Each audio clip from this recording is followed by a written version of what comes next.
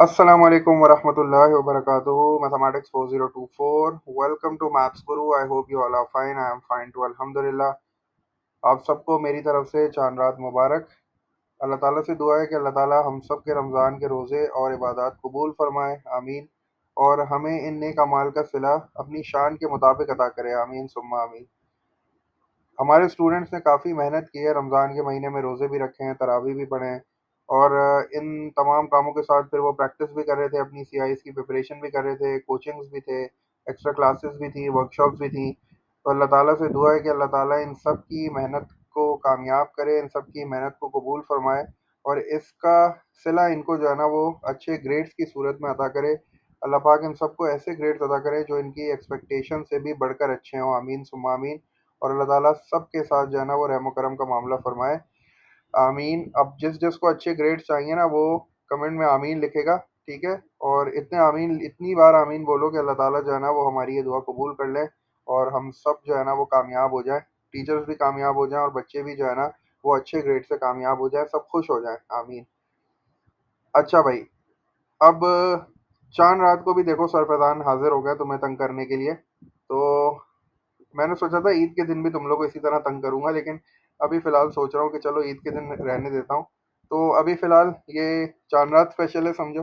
तो अभी हुआ ये कि मेरे पास ना ये क्वेश्चन आया और इसकी ना काफ़ी रिक्वेस्ट आ रही थी मेंस्ट्रुएशन की, सर मेंस्ट्रुएशन के क्वेश्चन शेयर करें। तो फिर मेरे पास जब ये क्वेश्चन आया तो मैं देखा कि यार ये तो चीज़ की स्लाइस है। तो फिर मैंने सोचा यार अब पिज़्ज़ा की स्लाइस, एग स्लाइस के बाद अब चीज़ की स्लाइस भी जो है ना वो तुम लोग के साथ इंट्रोड्यूस जो है ना वो हो जानी चाहिए। तो अब हमारे पास ये क्वेश्चन आया, ये मेरे ख्याल से जो है ना वो 2020 का क्वेश्चन है। तो इस क्वेश्चन में ना we have to find the total surface area of this solid है। अब ये जो सॉलिड है ना ये बेसिकली एक तरह से चीज़ की स्लाइस है समझो। तो अब मैं तुम्हें सिखाऊंगा कि चीज़ की स्लाइस का एरिया कैसे निकालते हैं, ठीक है। तो let's just start the video. I hope ये वीडियो तुम लोग के लिए हेल्पफुल होगी इंशाल्लाह। असल में मेंसुरेशन में ना इस तरह के क्वेश्चंस आते हैं, थोड़े से वो आपको ट्रिकी सॉलिड्स जो है ना वो देता है। अच्छा सॉलिड्स आ गई ना बात, तो सॉलिड का मतलब ये समझ लेना कि सॉलिड का मतलब है कि भाई पूरा मटेरियल अंदर भरा हुआ है, टॉप भी है और बॉटम भी है, सॉलिड है, सही है ना। तो ये थोड़ा सा जो है ना वो सरफेस एरिया में ये कॉन्सेप्ट जो है वो काम आता है कि सॉलिड का क्या मतलब होता है। हॉलो होता है एक चीज़, हॉलो का मतलब ये होता है कि उसके अंदर कुछ भी नहीं है, ठीक है ना। तो टॉप और बॉटम जो है वो नहीं होगा। लेकिन अगर वो सॉलिड कह देता तो सॉलिड का मतलब है भाई टॉप भी होगा और बॉटम भी होगा और अंदर जो है ना फुल मटेरियल भरा हुआ है। तो ये समझो इसको चीज़ की स्लाइस की तरह इसको जो है वो लो। अब तो रमज़ान ख़त्म हो गया इंशाल्लाह, तो अब चीज़ की स्लाइस जो है वो मतलब ऐसा तो नहीं है कि मैं रोज़ा ख़राब कर रहा हूँ तुम लोग का। अच्छा एक चीज़ और मैं कह रहा था कि अब देखो रमज़ान में तुम लोगों ने अच्छी खासी मेहनत की है माशाल्लाह, अब रमज़ान एंड हो गए, ठीक है। अब थोड़ा सा टाइम और शॉर्ट हो गया तुम लोग के पास। तो अब जो मेहनत है ना वो डबल कर लो बस। अब ये है कि तुम्हें मतलब वो प्यास वाली टेंशन नहीं है, भूख वाली टेंशन नहीं है। तो अब ये है कि अपने स्केड्यूल के हिसाब से अब थोड़ा सा जो है ना वो एफर्ट को बढ़ा लो। रमज़ान में होता था कि फिर आपको अफ्तार है, सहरी है, तरावी है, जो है वो सोना भी होता है। तो अब ये सारी चीज़ें हैं कि अब तो आप जो है वो थोड़ा कम खा सकते हो, थोड़ा कम पी सकते हो। लेकिन ये है कि बस अपनी मेहनत जो है ना वो इस तरह कंटिन्यू रखो, डबल कर लो मेहनत को। इंशाल्लाह अल्लाह ताला से दुआ है कि अल्लाह ताला तुम सब की मेहनत का सिला तुम्हें अच्छे ग्रेड्स की सूरत में अता करेंगे, आमीन। और तुम सब जो है ना वो खुश हो जाओगे। तो मैंने भी सोचा कि भाई अब चाँद रात पे भी तुम लोग को तंग तो करना है, तो इसी तरह तंग किया जाए। तो ये क्वेश्चन का सॉल्यूशन जो है ना वो इस वीडियो में डिस्कस कर लेते हैं इंशाल्लाह। आई होप ये वीडियो हेल्पफुल होगी। So let's just start the question. Question में हमारे पास सॉलिड है, सॉलिड ए की हमने बात कर ली है, हमारे पास चीज़ की स्लाइस है। हमसे कह रहा है the cross section of solid A is the sector of a circle. अब ये जो क्रॉस सेक्शन है ना ये थ्रू आउट कॉन्स्टेंट है, ठीक है, थ्रू आउट ये यूनिफॉर्म है। तो और है क्या cross section, cross section is basically the sector of a circle. तो पहले मैं काम ये करता हूँ, सेक्टर ऑफ अ सर्कल को अंडरलाइन कर लेता हूँ। सेक्टर ऑफ अ सर्कल मतलब पिज्जा की स्लाइस। तो ये जो आपको टॉप पे पिज्जा की स्लाइस नजर आ रही है ना ये ऊपर से नीचे तक इसका क्रॉस सेक्शन ऐसे ही है। अगर मैं इसकी स्लाइसेस कट करूँ ना सॉलिड की तो वो सारी की सारी जो है ना वो पिज्जा की स्लाइस बनेंगी। अच्छा रेडियस कितना दिया है उसने, उसने दिया है रेडियस 6 और उसने एंगल भी दिया हुआ है। तो इसका मतलब ये हो गया कि एंगल भी है, रेडियस भी है और सेक्टर है। तो इसका मतलब है हो सकता है वो एरिया ऑफ सेक्टर जो है ना वो हमें यूज करने का बोले या हमें वो निकालना पड़े। अच्छा फिर कह रहा है the height of the solid A is 5। Height जो है वो उसकी 5 सेंटीमीटर है। सॉलिड मैंने बता दिया, सॉलिड का लफ्ज जो है वो उसी वक्त यूज करता है जब टॉप और बॉटम होता है, ठीक है ना। तो सॉलिड है, सही है। तो और फिर हमसे कह रहा है find the total surface area of solid है। हमें सिर्फ एक पार्ट सॉल्व करना है इसका और ये इसमें कह रहा है कि भाई टोटल सरफेस एरिया जो है ना वो इसका निकाल लो। अच्छा, इस तरह की चीज़ों के वॉल्यूम भी आ सकते हैं बिल्कुल, तो वॉल्यूम वाला कॉन्सेप्ट भी होना चाहिए तुम लोगों को, ठीक है ना? अच्छा, अब अच्छी बात ये है कि चूंकि इसका क्रॉस सेक्शन जो है ना वो यूनिफॉर्म है, तो हम इसको एज अ प्रिज्म ट्रीट करेंगे, ठीक है ना? प्रिज्म की डेफिनेशन ही यही होती है कि ऐसा सॉलिड जिसका क्रॉस सेक्शन जो है ना वो यूनिफॉर्म हो, तो उसको हम एज अ प्रिज्म ट्रीट करते हैं, वो प्रिज्म कहलाता है। तो हम इसको भी जो है ना वो प्रिज्म समझ रहे हैं। तो हमें पता है प्रिज्म के वॉल्यूम का भी एक फॉर्मूला है, और जो प्रिज्म का जो टोटल सरफेस एरिया निकालना होता है, उसका भी हमारे पास एक फॉर्मूला होता है। तो हम जो है ना उस फॉर्मूले को थोड़ा सा समझ के अप्लाई करेंगे यहाँ, ठीक है? अच्छा, अब वो बेसिकली फॉर्मूला क्या है, देखो हमारे पास ये जो टोटल सॉलिड है ना, इसको मैं तीन जो है ना सरफेसेस में डिवाइड कर रहा हूँ। एक तो मेरे पास टॉप है और बॉटम है, ठीक है ना? एक टॉप और बॉटम हो गई। तो मैंने जो है वो टॉप और बॉटम, अब टॉप और बॉटम क्या है? Sector of a circle. तो मैं टॉप और बॉटम, होता ये है कि प्रिज्म जो होता है ना, जो उसका क्रॉस सेक्शन होता है ना उसी हिसाब से उसका नाम होता है। जैसे अगर उसका क्रॉस सेक्शन ट्राइंगल है तो वो ट्राइंगुलर प्रिज्म कहलाता है, रेक्टेंगल है तो वो रेक्टेंगुलर प्रिज्म कहलाता है। तो अब हमारा जो क्रॉस सेक्शन है यहाँ प्रिज्म का, वो बेसिकली सेक्टर ऑफ सर्कल है। तो हम इसको जो है वो इसी तरह ट्रीट करेंगे। तो हमारा जो बेस एरिया होगा, जो हम बेस लेंगे प्रिज्म की, वो बेसिकली सेक्टर एरिया होगा, ठीक है? तो मैं यहाँ फॉर्मूला ये लिख रहा हूँ कि भाई मेरे पास जो टॉप पे है वही बॉटम पे है। इसका मतलब है कि मैं बेस एरिया निकाल लूंगा, बेस एरिया निकाल लूँ या टॉप एरिया निकाल लूँ, एक ही बात है। तो वो बेस एरिया को जो है ना वो मुझे 2 से मल्टीप्लाई करना पड़ेगा, क्योंकि वो टॉप पे भी है और वो बॉटम पे भी है। इसके अलावा बीच की सरफेस बची, ठीक है ना? टॉप और बॉटम तो मैंने फाइंड कर लिया। अब बीच की सरफेस के लिए मैं क्या करूंगा?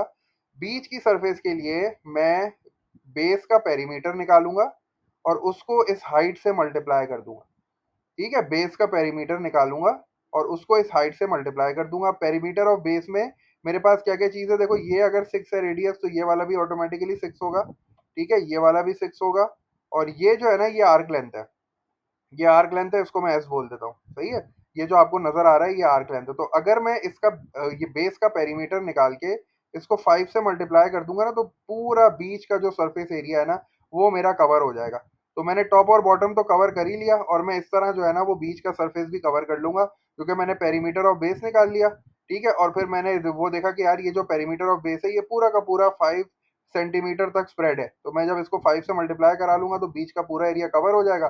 टॉप और बॉटम मैं निकाल चुका हूँ, सबको ऐड कर दूंगा, मेरे पास टोटल सरफेस एरिया आ जाएगा, ठीक है? तो अब मैं यहाँ क्या लिख रहा हूँ, मैं इसमें ऐड करूंगा पेरीमीटर ऑफ बेस, ठीक है? पेरीमीटर ऑफ बेस को ब्रैकेट में लिख देता हूँ, पेरीमीटर को शॉर्ट फॉर्म में लिख रहा हूँ, ठीक है? PERI, चलो पूरा ही लिख देते हैं, क्या हो गया, पेरीमीटर ऑफ बेस। और पेरीमीटर ऑफ बेस के लिए भी मुझे थोड़ी सी वर्किंग करनी पड़ेगी, क्योंकि मुझे उसमें आर्क लेंथ निकालनी है।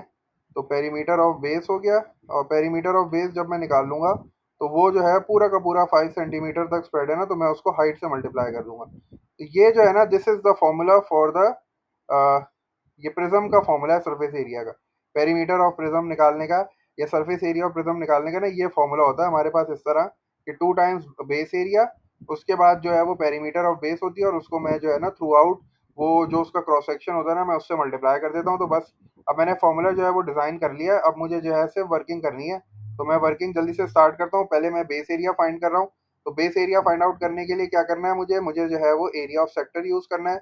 बेस एरिया का फॉर्मूला यूज़ कर लेता हूँ, since the base is the sector of a circle. तो ये होता है theta upon 360 multiply by pi r square. तो थीटा कितना है मेरे पास, थीटा है 40 डिग्रीज, और उसके बाद मेरे पास थीटा डिवाइडेड बाय 360 हो गया, and then I have to multiply this with pi r square. Pi की जगह पे मैं पाई लिख रहा हूँ, एंड में मैं पाई की वैल्यू डालूंगा, ठीक है ना? ये है वैसे पेपर 2 का क्वेश्चन, तो हम जो है कैलकुलेटर यूज कर सकते हैं। और यहाँ देखो क्लियर इंडिकेशन है कि हमें पाई के फॉर्म में आंसर नहीं देना है, इसका मतलब है ये P2 का है, तो पाई की वैल्यू डालनी पड़ेगी। अभी मैं फिलहाल नहीं डाल रहा, एंड में डाल दूंगा। पाई हो गया आर स्क्वायर। अब रेडियस कितना है, रेडियस है 6, तो 6 का स्क्वायर कितना हो गया, 36। इसको बड़ी आसानी से सिंप्लीफाई किया जा सकता है, ये जीरो से ये वाला जीरो कैंसिल हो गया। अब ये 36 से ये वाला 36 कैंसिल हो गया, आपके पास सिर्फ बच गया 4 पाई। तो इसका मतलब है बेस एरिया मेरे पास आ गया 4 पाई, ठीक है ना? तो ये मैंने बेस एरिया फाइंड कर लिया। अब मैं क्या फाइंड करने वाला हूँ, अब बेस एरिया मेरे पास आ गया है। अब मुझे पेरीमीटर ऑफ बेस फाइंड करना है। पेरीमीटर ऑफ बेस फाइंड करने के लिए इसको मैं पीबी लिख देता हूँ, ठीक है ना? तो और शॉर्ट हो जाएगा। पेरीमीटर ऑफ बेस मैं फाइंड कर रहा हूँ। तो पेरीमीटर ऑफ बेस फाइंड करने के लिए मेरे पास जो है वो ये 6 है, ये भी 6 है, तो ये हो गया तकरीबन समझो 6 प्लस 6, और फिर वो है आर्क लेंथ। अब आर्क लेंथ के लिए मेरे पास है फॉर्मूला जिसकी मुझे वर्किंग करनी पड़ेगी। आर्क लेंथ में ये वाला एंगल कितना है, ये मेरे पास है 40 डिग्रीज, क्योंकि ऊपर 40 है तो नीचे भी 40 है। तो अब ये मैं यहाँ फॉर्मूला यूज़ करूँगा। आर्क लाइन का फॉर्मूला क्या होता है? Theta 40 degrees divided by 360।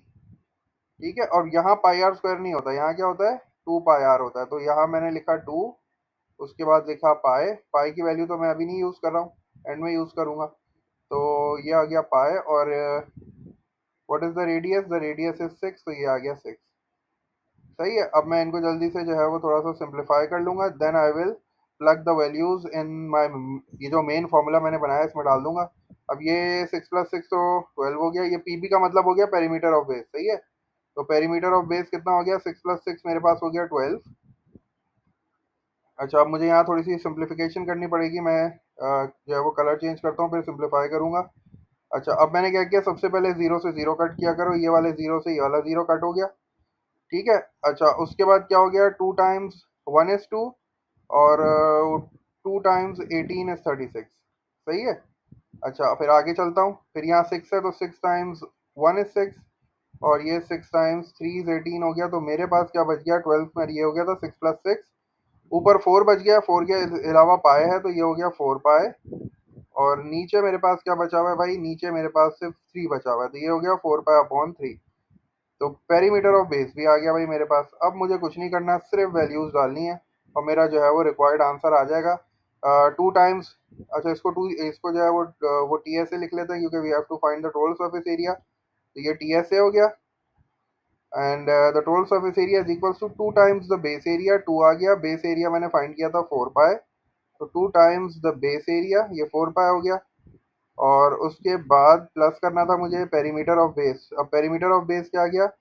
12 plus perimeter मेरे पास आ गया है 12 प्लस 4 पाई अपॉन 3। इसको भी मैं इंशाल्लाह अगले स्टेप में सिंप्लीफाई कर लूँगा कैलकुलेटर से। और फिर ये ख़त्म नहीं हुआ यहाँ, मुझे इसको मल्टीप्लाई भी तो करना है, किसी से हाइट से मल्टीप्लाई करना है। तो इसको हाइट कितनी है मेरे पास? हाइट है मेरे पास 5, तो ये 5 से मल्टीप्लाई हो जाएगा। बस अब कैलकुलेटर यूज़ कर लेते हैं जल्दी से। 2 टाइम्स 4 इज़ 8, 8 पाई निकाल लेता हूँ कैलकुलेटर से क्या आ रहा है। 8 यूज़ किया, फिर पाई कैलकुलेटर वाला ही यूज़ करना है। ठीक है। ये आ रहा है मेरे पास 25.13। तो मैंने 25.13 इधर लिख देना है इस तरह। ठीक है, 25.13 आ गया, एंड देन पॉजिटिव साइन आ गया। अब मैं इसको सॉल्व करता हूँ जल्दी से। पहले मैं करता हूँ 4 पाई अपॉन 3 कितना होता है? 4 मल्टीप्लाई बाय पाई किया मैंने, और जो भी आंसर आया उसको डिवाइड बाय 3 किया। तो मेरे पास आंसर आ रहा है 4.1887, उसमें 12 ऐड किया मैंने। ठीक है, तो ये आ गया 16.1887, और फिर मैंने उसको 5 से मल्टीप्लाई कर दिया। तो मेरे पास आंसर आ रहा है 80.94। ठीक है, 80.94 आ रहा है। तो मैंने इसको जो है वो 80.94 लिख लिया। अब मैं इन दोनों को ऐड कर दूंगा, मेरा टोटल सरफेस एरिया आ जाएगा। तो 80.94, और फिर प्लस इसमें कर लिया मैंने 25.13। ठीक है, तो मेरा जो फाइनल आंसर आ रहा है that is coming out as 106.07। तो 106.07 सही है। और चूंकि ये सरफेस एरिया है, तो सरफेस एरिया सारी चीज़ें सेंटीमीटर में थी, तो this is centimeter square. So the total surface area of the solid A is coming out as 106.07 centimeter square. अब ये जो था ये चीज़ की स्लाइस थी, तो अब चीज़ की स्लाइस का एरिया जो है ना, टोटल सरफेस एरिया तुम लोग को निकालना आ गया है। अच्छी बात यह है कि क्रॉस सेक्शन कांस्टेंट था, तो हमने इसको प्रिज्म की तरह ट्रीट किया। प्रिज्म की तरह ट्रीट किया तो प्रिज्म का फॉर्मूला यूज़ कर लिया।